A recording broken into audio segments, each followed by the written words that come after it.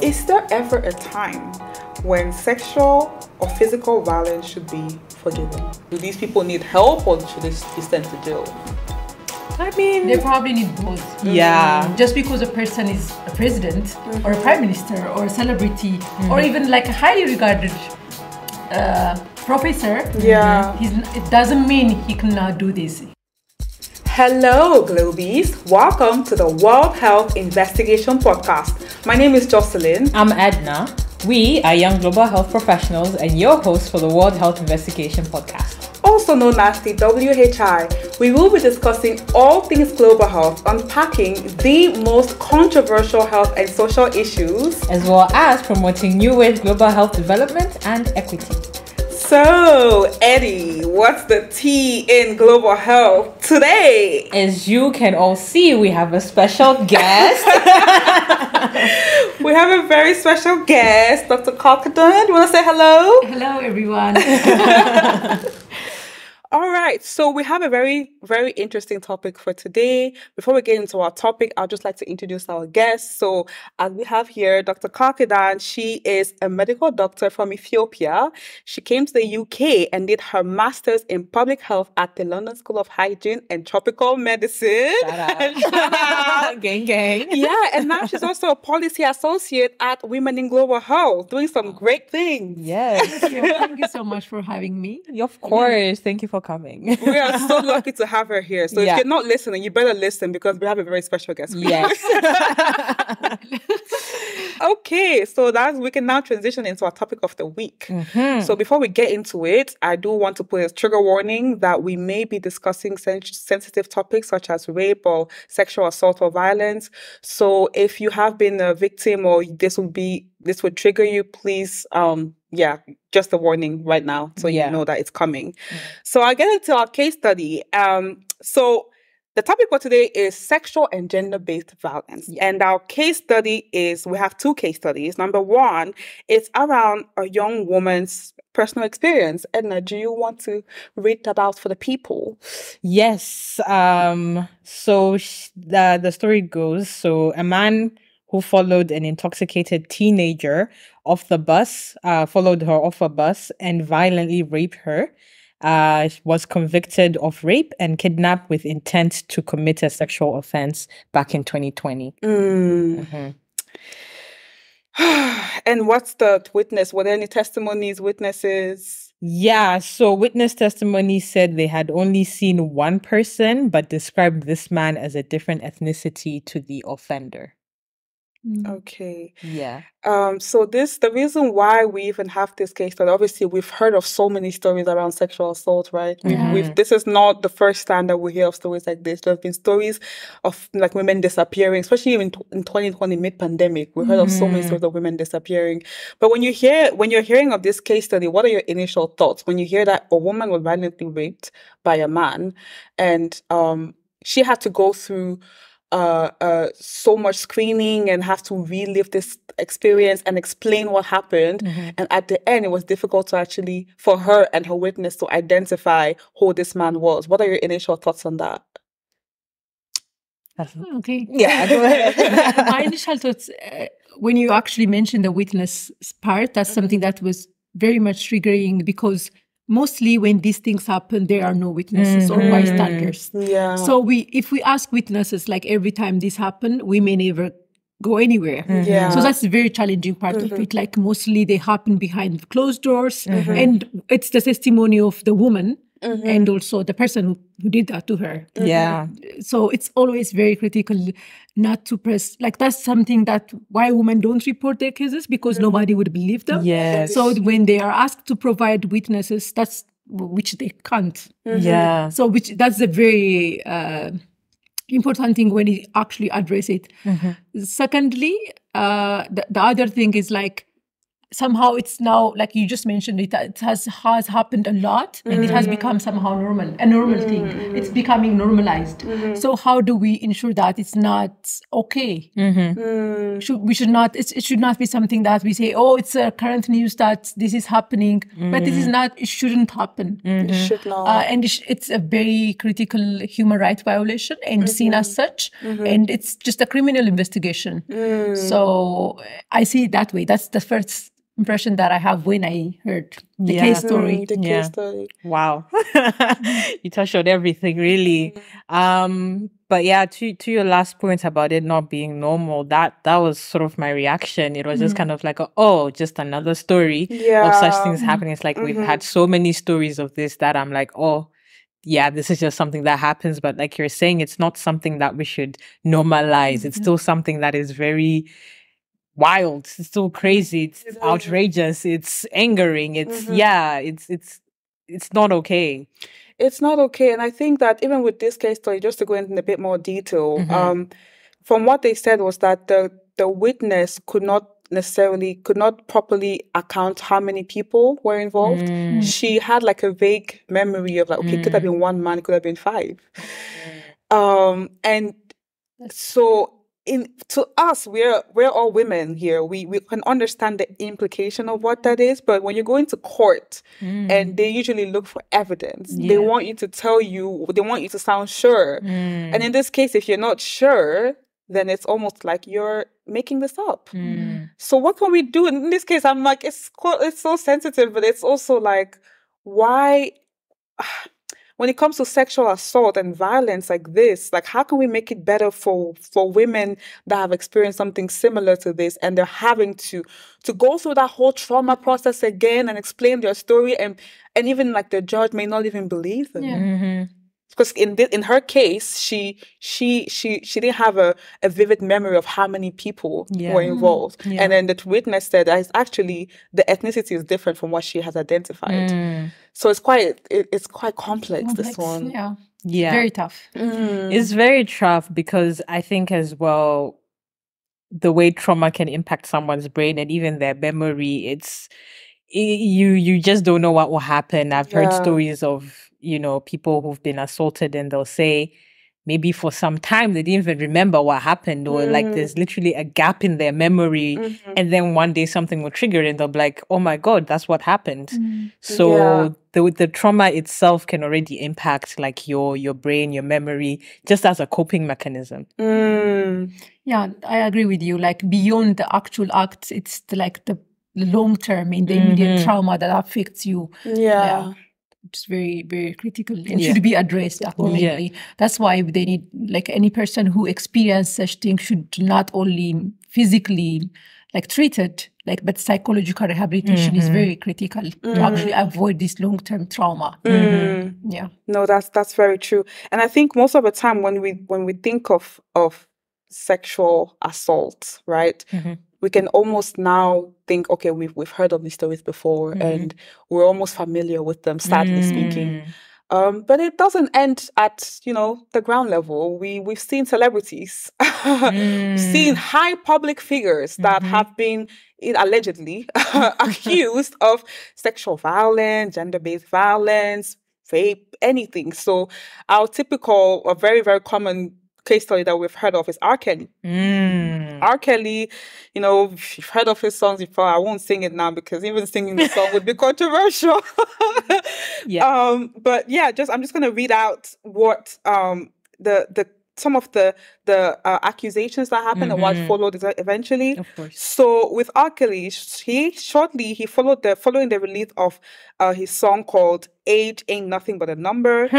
Suspicious. Age ain't nothing but a number. When he was about to marry Aaliyah, who was 15 years old. 15 at the time. Yeah, and he was 27. 27 years old. Yeah, can we just let that sink in? Yeah. But on the marriage certificate, it was listed that she was 18. So. Allegedly. Okay. Yeah, it was that she was 18, and this was just not the beginning of his what do you call it? Crimes.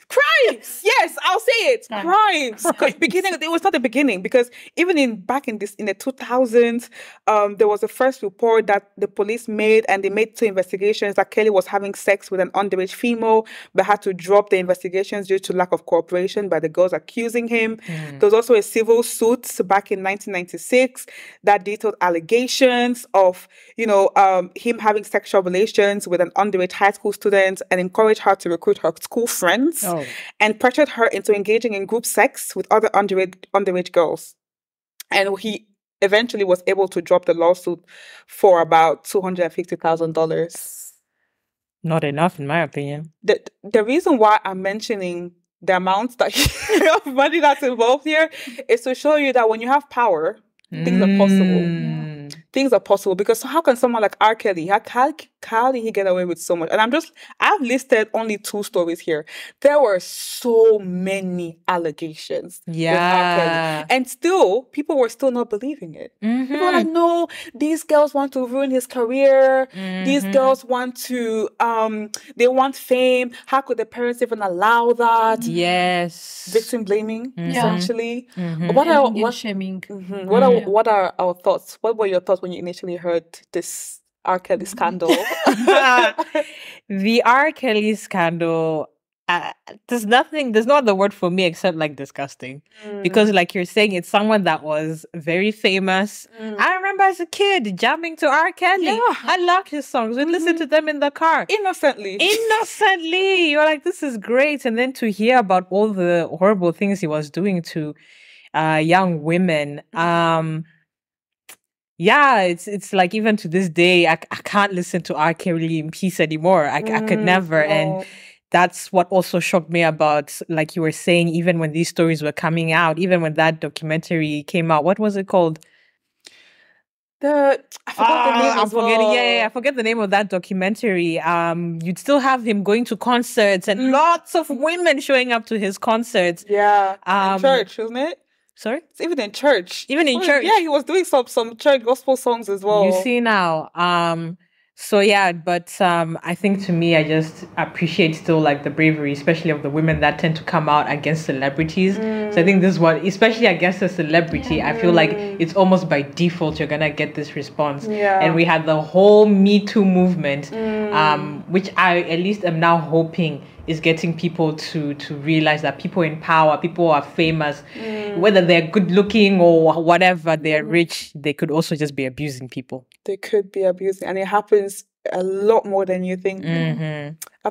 So now, we've in these few minutes that we've started the podcast, we have mentioned girls quite a lot. But when you think of sexual and gender-based violence, who do you think is most at risk? Who are the first people that you can think of that are most at risk in this scenario? I can go ahead. For example, like when we actually put it as a root cause, there is a power imbalance that actually enables this factor. So who has that lower power in that community or in the society, they are more at risk. For example, it could be like young women, if it's young by age-wise, or very older women. It could be the migrants, the disabled. So even within the work structure, if you actually look at it in the work hierarchy, those at the lower status are the ones who are hugely affected. So when they speak about it or when they actually report the case, they are less likely to be believed and they fear the consequence of their action. So those are the ones that are highly affected. Spot on. Absolutely. For me, I immediately thought of just children. Just children in general. I think for me, especially to have something like that happen at a really young age, and it's like you may not be able to process that. You may not even have the vocabulary to describe what happened. They may not even know what to say, who to say it to. It's just, those are the first people that came to my mind. Spot on. I think you both have mentioned it all. You mentioned people with disabilities, older people, adolescent girls, children, people in the LGBTI community as well. They do get targeted quite a lot. And maybe even female heads of households, a lot of the times, especially like in low and middle income countries where there's a definite the gender norms and like gender roles that are assigned, usually the women in the household or like the female head of the household is likely to be at risk of sexual and gender-based violence. So when I mention sexual and gender-based violence, what is your initial understanding of it? Like, do you just think violence, women? What are your thoughts? What is the first word that comes to mind? Oh, crime. Crime.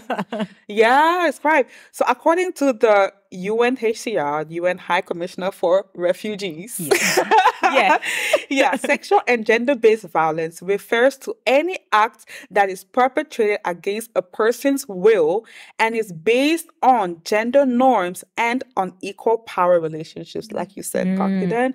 And it includes physical, emotional, psychological, sexual violence, and denial of resources or access to services. Right. So that also includes denial of things like education. And then violence includes threats of violence and coercion. So it involves inflicting harm on women, girls, men, boys, and it's a severe violation of several human rights. So now, who do we now think are the perpetrators?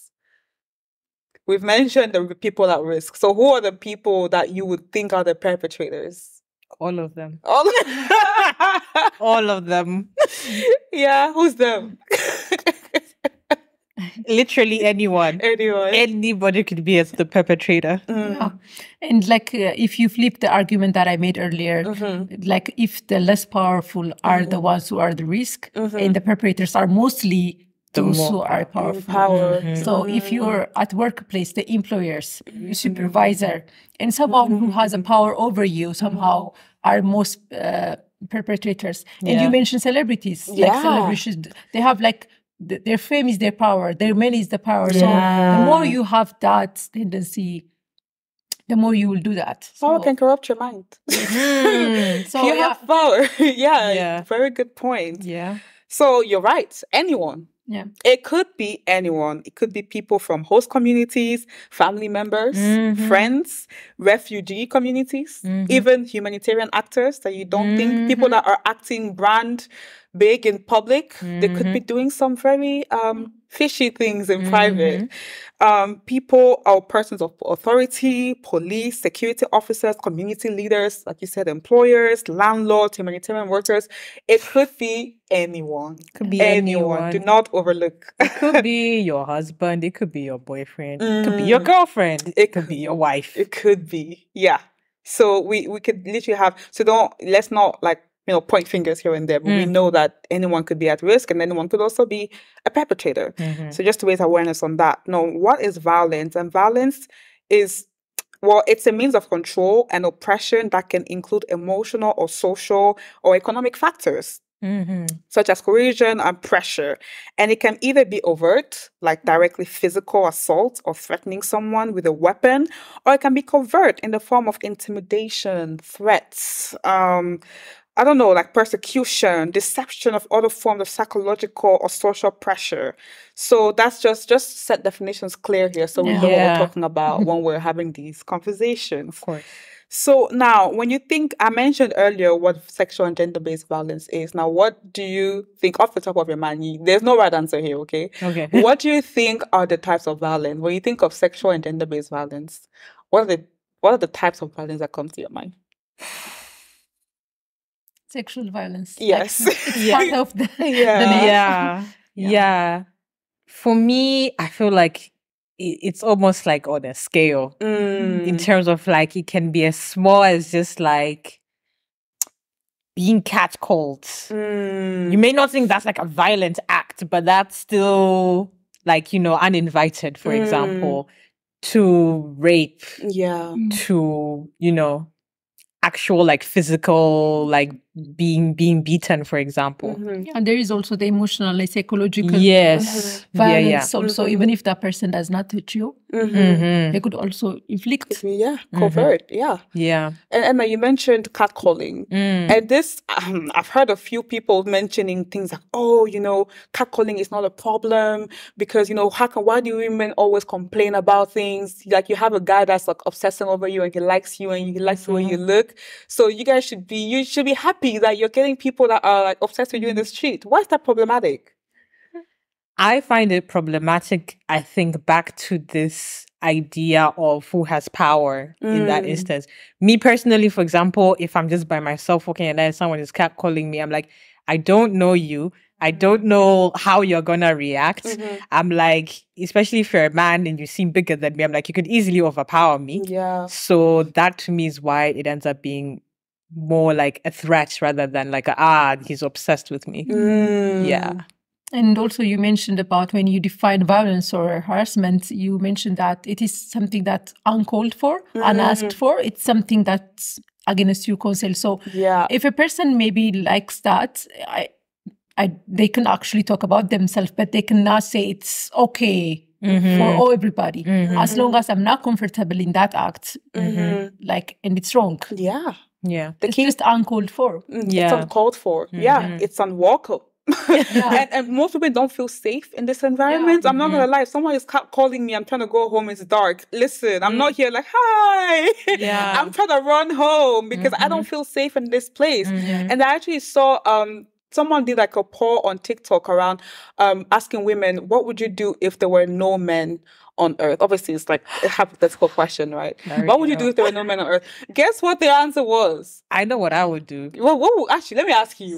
What would you do if there were... Obviously, we need men. Hey, don't start saying that I'm a man, Like, we need men. But like, what if there were no men on the planet, what's the first thing you would do? I would literally take a nice long walk at night, listening to my music, my podcast. At night. I would do the same. But I never thought of it.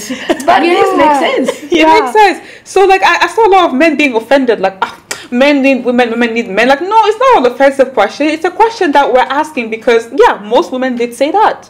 That they, the number of girls that said, I will walk in the middle of the night. I will walk around the street.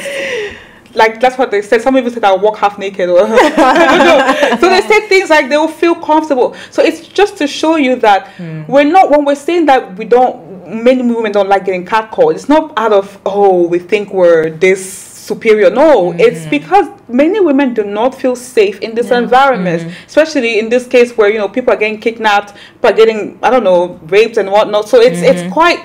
I don't know. I think it speaks for itself. Yeah, and I think even like over the pandemic, we had that story of the woman who was attacked in the tube. So it's just to even show you that it no matter where you are, you never know. You just never know. So I'm just highlighting this because that's very related to our topic for today. And obviously these things like catcalling are microaggressions. I think there's a pyramid around violence. It's not sexual and gender-based violence. It's not always hardcore rape or like someone screaming and fighting.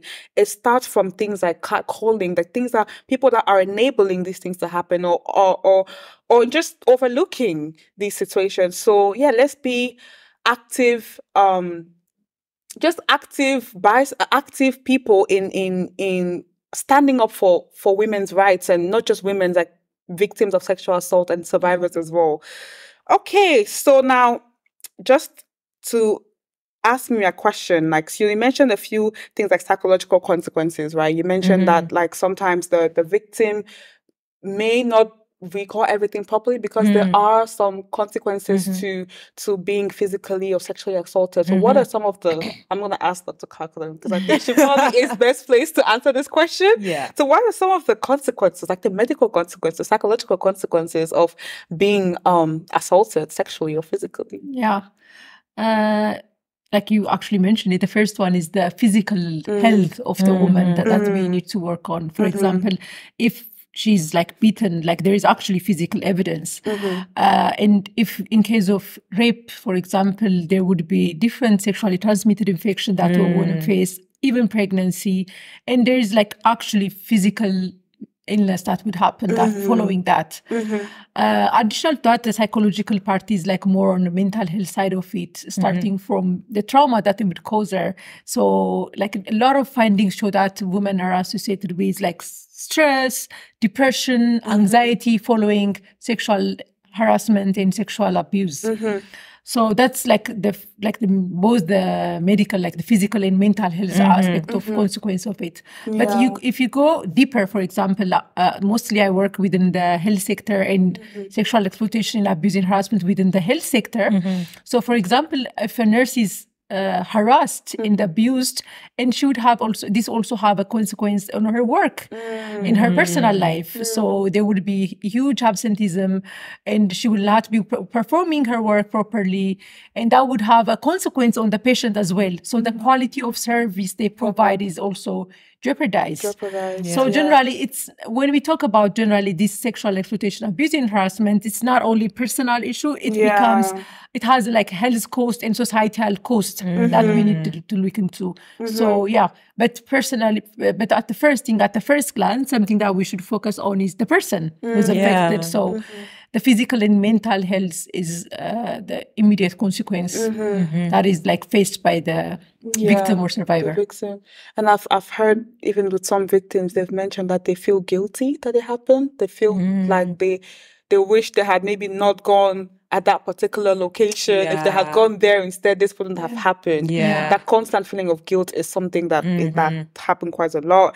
Post-traumatic stress disorder, depression, anxiety, all these like psychological consequences, but also medical consequences. They're more susceptible to STIs like HIV, and also obviously, you know, pregnancy, unwanted pregnancies, and last, I think a few weeks ago we talked about abortion and the legalization of abortion, and some of them are not able to access some of these services, so they end up going for, you know, unsafe abortions and leading to more complications, more maternal complications in this case. So it's a whole chain, you know, it's like it doesn't just start with sexual assault. It complicates things physically, emotionally, psychologically, everything. Now, some of the forms of violence, sexual violence, as you mentioned earlier, sexual violence, but they're even within that sexual violence, there are even different forms of sexual violence. You know, there's rape, such as marital rape and just like rape. There's child sexual abuse. There's forced sodomy or anal rape, which usually happens from, let's say, from man to man, or like from woman to man, or, you know, that's also quite common. There's attempted rape, there's sexual abuse, sexual exploitation, which is usually abuse of power.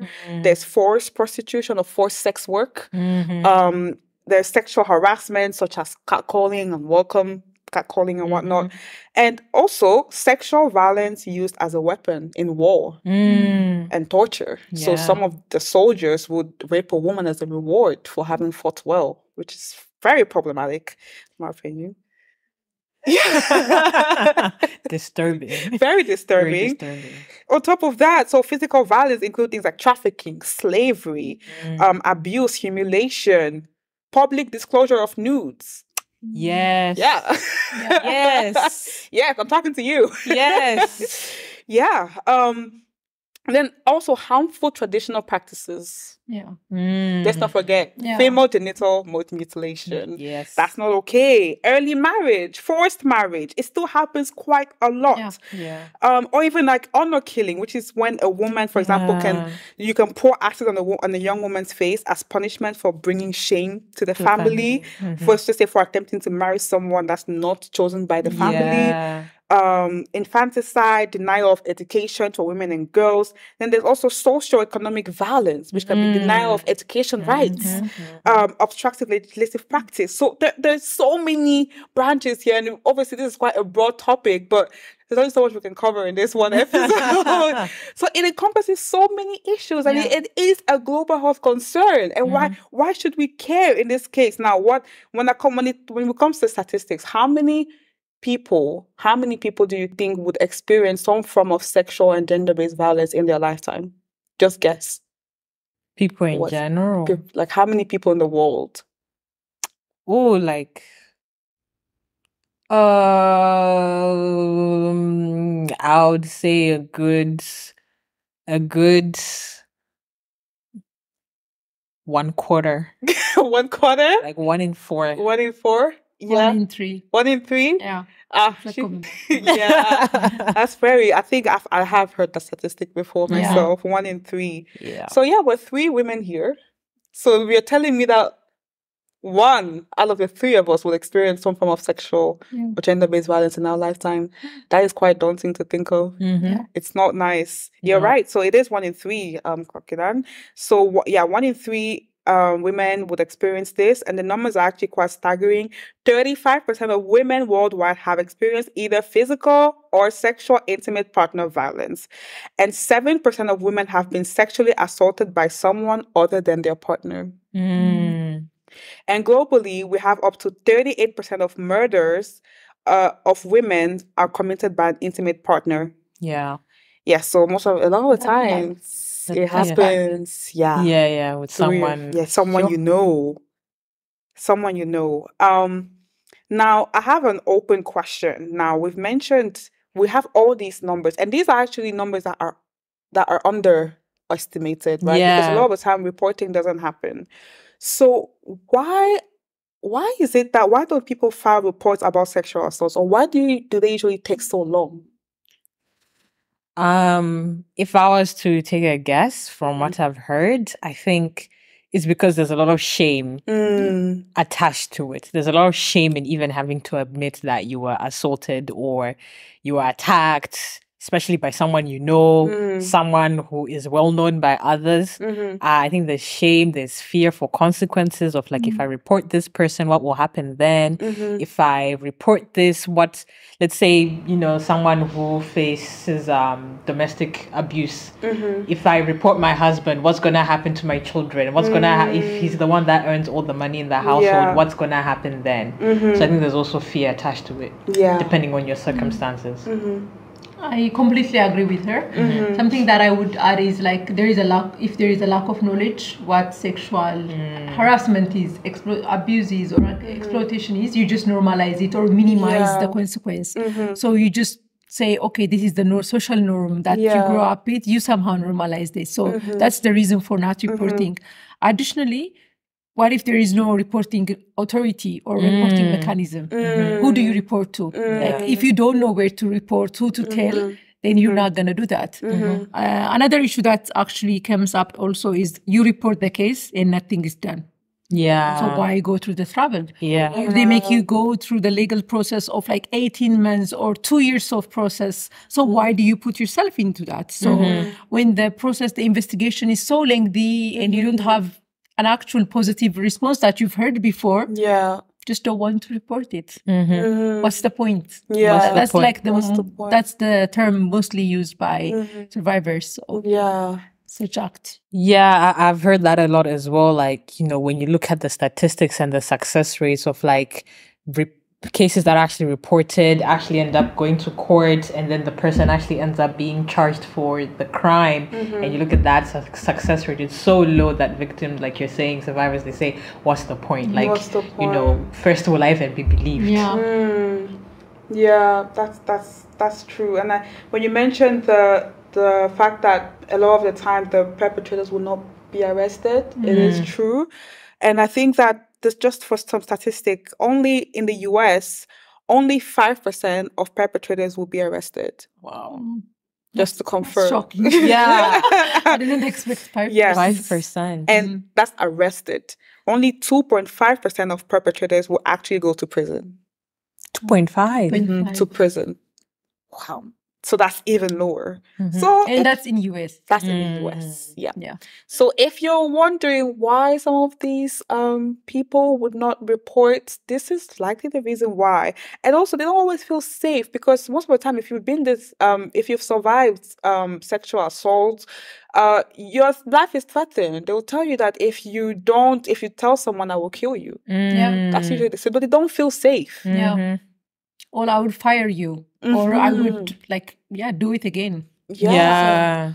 So what are you gonna do? Yeah. Or I'll release Especially your nudes. if he's your intimate partner, what are you gonna do? Like, if you're, like, as you mentioned, economically dependent on that person, or if your parents don't trust you or your friend don't trust you, then Yeah, this is, I think, something troubling that I just remember, where I feel like, for example, I'm from Zimbabwe, so I feel like that is sadly enough, sometimes domestic abuse is quite normalized. And I've heard cases where women, sometimes they can go to members of their own family and they'll report, they'll say, this is what my husband is doing to me in my home, and they'll actually admit to it. But then the family members might just say, oh, you just have to keep going. You just have to, forgive him, just have to stay in that household and all of these things, which again also makes women feel like, okay, maybe my story will be believed, but no one will want to do anything about it or want to help me get out of this situation. I'm almost stuck here, and it's the expectation that I should just carry on because other women in my family have, or other people I know are going through the same thing, and it's just what happens in a marriage. And I think even for some of them, you'd be a woman, you go and say that, okay, I've been physically abused by my husband, and they'll ask you how many times. Was it just once? Come on. Come on. So it's what you call it. It's almost they almost expect you to endure and hold the marriage together, or hold the household together. So your strength as a woman or your strength as a wife is depending on your ability to survive pain. So that's quite problematic. So now that leads me on to my next question. We know that most of the time these women or people, like young, even children, don't report these cases. So why do you think that people are reluctant to believe the stories of survivors of sexual assault? Why do people not believe them? It's a really good question. Good question. I will say, like, for example, what I've heard a lot of the times, especially speaking to men, sometimes troubling, especially in cases of celebrities and people who are famous. A lot of the times the explanation you hear is, oh, because the woman just wants, they have ulterior motives. Clearly, this person is famous and they're rich, so this girl clearly wants to benefit out of that or take advantage of the situation because she doesn't have money and all these things. So there's some suggestion there that, people want attention. People just want to exploit others by throwing out these accusations. Yeah, that's possible. That's possible. Yeah. It's a very, very tough question. That question to be asked for those who doesn't believe the woman. But it's the fact that I don't know. Earlier we talked about it. Who can be a perpetrator? And we said anyone. So, for example, those professors that you respect, those people that you would think they're married, a person who's very well mannered, so he's considered highly and regarded highly in the society. And when you talk about that person doing this, you're challenging their reality of that person. So something that we really need to advocate is everyone could do that. So it's done behind the door. And so just because a person is a president or a prime minister or a celebrity or even a highly regarded professor, it doesn't mean he cannot do this. He cannot commit this. So these norms or figures that we actually put it about a person are the ones are judging, judging our thinking or clouding our thinking. So that I think that could be one of the reasons, but I cannot say for them. It's very difficult. No, I think you raised an important one, and even in the examples you listed, what else came to my mind was pastors, church leaders, people that people have this expectation of yes, these are holy people, these are people on a higher moral ground or something that can never do any wrong, but so imagine a girl going after that person. Well, she's powerless. First of all, she's powerless. Why would she just wake up one day and say, it is that pastor that I want to target? I mean, I think it's quite problematic to think, and I agree with you that a lot of the times it's people of high social status. It's not always, a perpetrator will not necessarily look like some violent man in the streets. No, it could be someone very well dressed in a suit, smelling nice in person, has all these academic awards, all these qualifications, and they are a perpetrator as well. So that's one of the reasons. Another thing is sometimes yeah, people would also assume based on like gender stereotypes that women want attention, or she just wants attention. She just wants to play the victim or whatever. So that, I think those would be, to me, those would be some of the reasons. Yeah. And what I think is funny is also like there's this common misconception that like you're saying that like when it comes to rape, it's just some random man on the street that's gonna rape you. Most of the times it's someone the victim knows. Like we said, it's someone the victim actually knows. Yeah, I think that continues to be a common misconception, and I think there's not even awareness around that, like you're saying, especially with family members as well. Like you're saying, people in your family that may be like really well regarded, it's like you bring such accusations against your own uncle. No, that's I've seen quite a few cases like that even in Cameroon, where it's an uncle, it's a brother, it's a friend, it's a family member, it's a father. I've heard it's a father. Yeah, it is possible. Yeah, absolutely. And I don't have more to add. You said it. You said it all. So now my next question is, obviously, we are not apologists of sexual assault here. We're not apologists of violence or rape. But is there ever a time when sexual or physical violence should be forgiven? I could not think of any scenario. I cannot think of any scenario. But that is down to the victim. The victim. I cannot tell them that they cannot forgive whoever did this to them. If they choose to forgive them, that's fine. But by law, you should be punished. Yeah, should be punished. Yeah. What do you think? Yeah.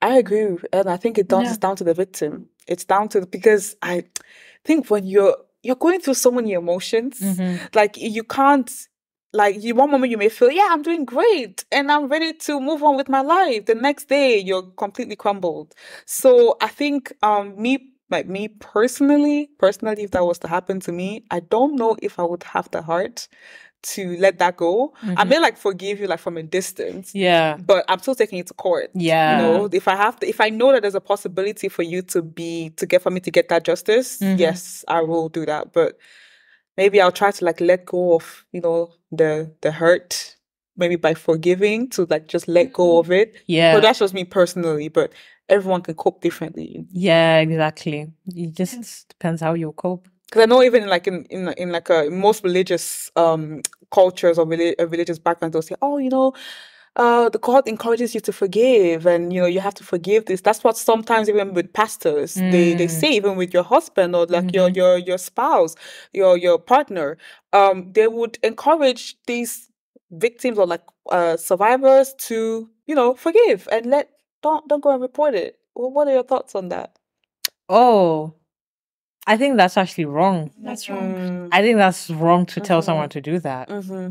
Because sure, you can say for the purposes of your own healing, like you're saying, to let go of something at some point in your life, to be like, okay, I have forgiven that person, whatever it may be. But that does not mean even biblically there is still justice. Justice is still an idea. Yeah. Like, we talk about like God's judgment and all these things. That is not to say that there will be no kind of like consequences for the person. Yeah, no. I think that is quite manipulative. It's literally gaslighting this victim. Yeah. Yeah. So I was just gonna mention that. It's just gaslighting. Yeah.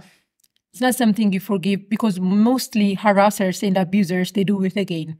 So there tend to be a repetitive action. Yeah. So it's very difficult to actually advise someone to forgive them. But as you said, it's down to the survivor, but it's something that I advocate for. Yeah, no, I would not encourage everyone to say, me personally, if someone I know got sexually assaulted, I'm going straight. I would try my best to. I would encourage them to report it. I wouldn't be like, oh, forgive.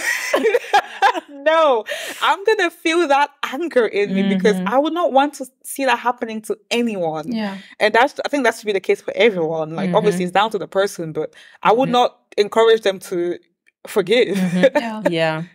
I think the situations where I think people get a little like they don't know when it comes to this forgiveness is if for example, they have a partner where they're like, oh, they have anger issues. When they get mad, they just see red and no one knows what's going to happen. And I feel like those are cases where somehow people find the ways to like sort of be like, oh, but they're just an angry person. Oh, but they just have a short temper. Yeah. Da, da, da, da, da. That's the most like the common heard excuse for domestic abuse. And not only that, he forgave me. He cried and begged me. He's not going to do it again. I believe him this time around. So yeah. They never in that one round. No. It happens again. It would happen again. It will happen again. That anger, that temper could take you to your grave. Yeah. Honestly. Like, yeah. Obviously, we know that it's not easy to come out of that situation. It's usually a cycle. But I think in this case, you really have to take that strength and can fight and just get out of it as soon as you can. I would not encourage someone to stay in that cycle. No. I have a question for you guys. Okay. A bit of a tricky one, like that just came to mind with this R. Kelly situation. One thing that people brought up, and that was brought up in the documentary, I think Surviving R. Kelly, I think is what it was called. I remember the name. Is that they looked into R. Kelly's history and they found that he himself was a victim of sexual assault. Yeah. So does that mean R. Kelly is not to blame for his actions on other girls? It was actually because he was a victim himself that he is now doing such things. What are your guys' thoughts on that?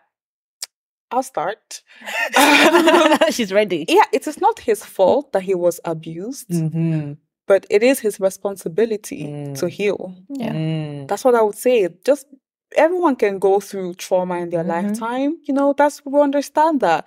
But you are a whole celebrity, first of all. Yeah. You have money to be getting rid of these lawsuits, So you definitely do have the money to get yourself a therapist. Oh. You have the money, you have the fame, you have everything. You can get a surrounding that will enable you to heal in this scenario. Obviously, this may vary from person to person, but we cannot sit here and overlook and justify criminal actions because this happened to them. Like, get help. Yeah, 100%. Yeah. So I'm not going to repeat that. Exactly. Not going to justify it. Nothing can justify it. No. Just because you went through, it doesn't mean you have the right to do it to someone else. Yeah. Now, I think now the real question is jail always a solution? Like life imprisonment, And that's like a different side question of okay, do these people need help or should they be sent to jail?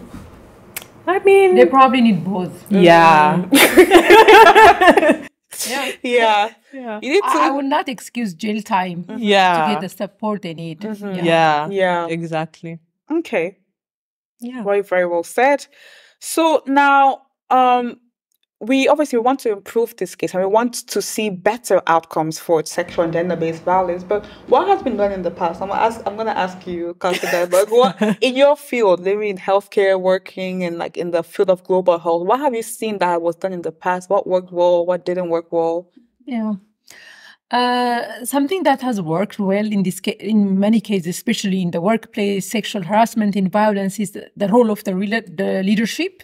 So the leadership should be very strong, put in place human resource policies that are very protective and that are very gender responsive. It's very critical. Those things tend to work. So that should be put in place. But actually, when you look at the country, for example, almost around 68 countries, they don't have sexual harassment policies within their workplace, within the health sector especially. So it means that there is no legal ground for you to actually report.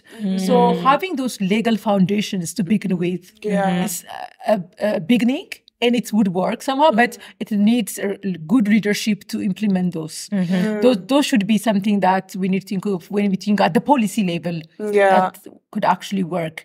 But actually, when you actually go to the community level and see, is we need to actually disrupt the gender norms that normalize this. So when you actually go to other countries where they are like they have like progressive feminist policies, they actually are really good in managing those cases and having those cases in a lower amount when you compare to a country where there is culturally these acts are somehow accepted. Yeah. They may not be encouraged somehow, but they're somehow tolerated as a normal.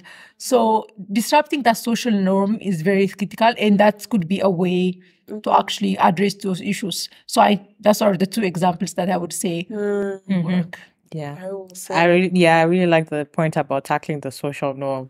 Like it's just too normalized, and it's almost like, there's this culture of just making it seem like it's just something that happens. But no, you're right. Like that needs to just be reversed. Yeah. And that should start from the young age. Like for example, when women or men, when once they start, for example, I'm talking from the perspective of workforce, once you enter in the workforce, you're probably in your mid-20s.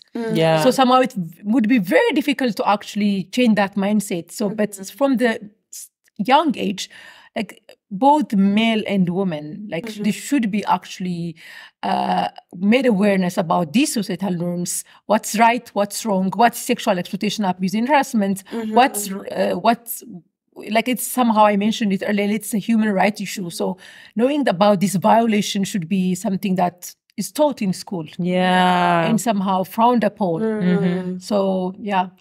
Yeah, I think you've touched on quite a few things that I was even thinking of. Yeah. But I think a lot of the time when we go to some of these like women conferences or like gender-based violence conferences or events, it's majority women.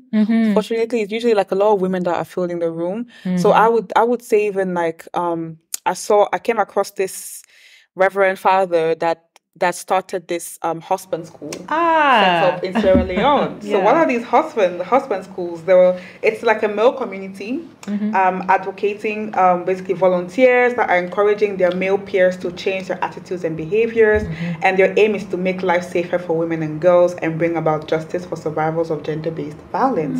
So men have learned about legal and human rights. So as you mentioned, educating in schools, but also I would say a lot of the times even educating professionals like men, fathers, brothers, having specific targeted intervention to have them as allies to help out. And it's been quite effective actually, because participants have reported a change in male behaviors as well as improved family relationships. So a lot of these men have actually admitted to having been perpetrators of physical violence with their wives, etc. So they went through that that school, that training, and they could see a change in behavior, because it is possible for being to be redeemed, but the work needs to be done. I mean, to target different audiences. I would say so. Is there anything else that you think what else can be done better? Well, what do you think what do you want to see? More of these husband schools. More funding for husband schools. More funding for husband schools. Yeah. And it worked. I think it really works. And this mind shift, this like mental thinking, that should be something that we work on. Even if you have like every policy in place, everything in place, as long as that person is not like actually disrupting that mindset that they have, that's normal if I touch you. So that should be something broken, and it would take time. It would take time. But that is like, I think, the long-term strategy. I think actively involving different allies, including men. I think that's a great solution. And even ensuring that the people at risk are usually at the forefront of policy making as well, and decision making. So having more people that are disabled in positions where they can influence policies, maybe even female heads of households that we mentioned earlier, even children, young people involved in some of the policies, especially in community action, not just having like whoever is the leader of your community. So having these particular people that are most likely to be at risk to represent their communities effectively, what I would say would be a change. And also letting people know about their rights, because in some of these countries, they don't actually know what their rights are. And having that big ban, like no to physical abuse, no to sex. Let's not normalize it. Let's make it like a big deal when it happens. That's what I would like to see. Let's make it a big deal when somebody claims. Let's make it if it's an allegation, it is a strong allegation here, and we will not just say yes. We've heard another story like this. 100%. Zero tolerance. Zero tolerance. Zero tolerance. So now my last thing is just to end on a positive note. What do we want to tell our Globies? What can we do? What advice would you give to the listeners? What can they do personally in their lives? What would you say? I feel like a lot can be said. Yeah. Who do I even target first? I mean, I guess to kick us off, I would still carry on with like men. You know, when you're there, especially by yourselves, when you're just by yourselves in your little groups with your friends, with your boys, and people are speaking in a way of like, even as a joke of like, yeah, I'll just slap her or something, or just some of these jokes, or not taking rape cases seriously, or sometimes there's a story in the news and then one of your guys reacts in a way like we spoke about, like, oh, she's just looking for attention, stuff like that. Check them. Call them out. Actually correct them in those moments. It may feel like, oh, because they're just joking, blah, blah, blah. I should just like laugh along and keep it going. No, actually check them. No. Actually take the time. And just I'll just echo what you just said. A lot of the time men listen to men. So if you're able to check your boys or check your male friends or whatever, like, they are more likely to listen to you than to listen to another woman, unfortunately. So yeah, you do have that power. Use your male privilege to yeah, it is a privilege to be a man. It is, use your male privilege to ban and to discourage normalizing sexual assault or violence in our communities. And I would advise them also to actually support the reporting case. Mostly, for example, check on your colleagues or your women, like family members, if these things happen, because it actually happens. 1 in 3 women are being affected. So I would advise you to actually, if you're a bystander, just report it, be a witness on this case. Don't be scared. So encourage the woman to report that case and follow up on that. And at the same time, I would also advise for you to actually be an advocate. Like, you should be very much an advocate against gender-based violence, gender-based sexual violence. So as we believe, it doesn't have to be a big advocacy, global advocacy or regional advocacy. You can start from your home. Changing one person's opinion or narration of this thing could actually make a change. So if you start from your family and start teaching, start making awareness, encouraging your kids or your colleagues, your sisters to report, to call out the case. And that could, make a huge difference. Yeah, absolutely. I absolutely agree with that, because I think the other problem that you see with victims is like, even before maybe some act of assault occurs, they know the kinds of conversations people are having. They know how they react to these news stories. They know how they react to R. Kelly. And so even these little comments of like, oh, I think R. Kelly should be forgiven, whatever, that can actually discourage someone if they're maybe actually facing through something or at a point where they do go through something. That could actually discourage them. So I absolutely agree. Like, it can also just begin in the home and just how you talk about certain things. Absolutely. I'm going to go in a bit of a tangent. I'm speaking to the traffickers, the sex traffickers. Please, I don't know what to say to you, but just stop. It's not right. It's not okay. Make money in another way. It is cruel. It is inhumane to I don't know, kidnap young women, kidnap children. You're destroying a potential life. And some of you may even you may not even think that that's your family member because you think that's somebody else, but it could be you. So let's have some empathy here. You may not listen to this, but I'm just gonna say that that's just cruel. Like, I don't even have empathy for you at this point. Like, it's absolutely cruel. And for survivors of sexual assault, gender-based violence, I would say it's okay to seek help. It's okay to say you're not okay. It's okay to admit that things are not okay, and you're not going to heal in one go, because you may have some relapses here and there. But please, like, do seek help. We're going to put some links in the description on where you can go if you have been a victim of any of the things we've mentioned in this episode. Please do seek help, because it's highly encouraged, and we do not want you to suffer in silence or suffer alone, or think that you're alone. As we mentioned, 1 in 3 women go through these issues. So you might be surprised. A lot of women have actually gone through something similar. And anyway, to the boys, like to men, like if you're not sure, ask the women around you if they've ever experienced any form of sexual assault. A lot of them will tell you that yes, they have. Yes, they have. Yeah. And even for all of us, I think in general, to be wary for male victims as well, because they're also at high risk of just not being believed, whether it's like by the people around them, whether it's by the policemen when they go to report it. If it's a man coming to report have been raped by a woman, most times they'll be like, you're lucky. Yeah, you're lucky. Yeah. Or cases of course, a lot of times we hear about teenage boys and teachers having sex with them, and people are like, that's the dream. As a guy, that's the dream. No, someone could have actually been traumatized by that. So yeah. And then again, I think for survivors, I still think it's important to share your story, like you're saying. We can never hear too many stories, and your story deserves to be heard as well. You don't have to share it with the world, but share it with someone you trust. You may think, oh, no one will believe me because I am this way and that way. No one will think someone could have wanted to, do that to me, but your story deserves to be heard too. Yeah, absolutely. And we believe you. Yeah. We believe you. Yes. We believe you. Then the last thing for me, I guess, for different business owners, I think there's different things you can implement. If you're a club owner, for example, you own a bar, there's different things you can implement in your, venue to actually keep an eye on these certain things. Like, I think I've heard of certain bars where if you go to the bartender, someone doesn't have to be a woman, can give a code, a word to just kind of alert the bartender that like, hey, something is up, and the bartender can sort of help you out or get you out of a situation, call a cab for you. Another thing is obviously, when you're out there in the club or wherever, someone offers to buy you a drink, actually go with the person.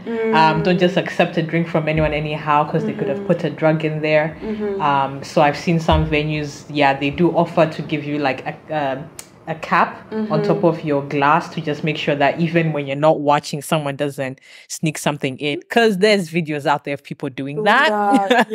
And I think I've seen some innovation actually, so maybe we need more research into things like this, or funding, where there's a company that made like this nail polish where if you sort of like put it into your drink, it can change color if there's some sort of like weird drug in there, some kind of roofie in there. So we need more stuff like that on the market, I think. Yeah, absolutely. So stay woke, implement some policies in your businesses to just keep your employers aware of, like, even when people are having fun, to just keep an eye out. Yeah. No, that's a very good idea. I like that.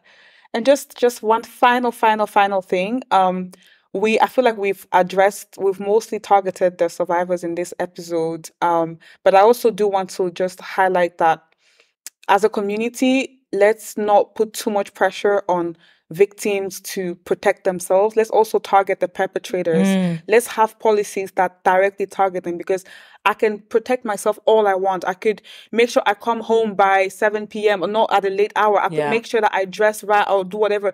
But then there's still people out there that no matter what you do, how much you protect yourself, they will still be perpetrating. There will still be either apologists or actual perpetrators. So, I think we should have more policies like directly targeting these people as well. Yeah, completely agree. Yeah. So I think we can close it there. Thank you very, very much for listening to this episode of the World Health Investigation Podcast. And thank you to our special guest. Thank you for having me. It's been an absolute pleasure to have you here. We feel so blessed and so happy to have you with us. Thank you. It was really insightful also. I enjoyed the discussion. Hopefully people would learn something. Yes. And have fun at the same time. Of course. Yes. Of course. Make sure that you stay tuned, stay on our socials. Do you want to give us some social media plugs? Yes, of course. As always, you can find us on YouTube at WHI On this. No, wait, at YouTube. Wait a minute. Wow. She forgot. All season I've been okay up until today.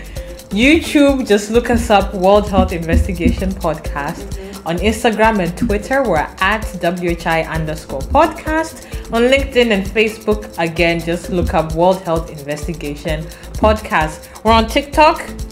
Yes. And the handle is? The handle is also WHI_podcast. So if you want to see small banter, you want to joke around, come see us on TikTok. Yes.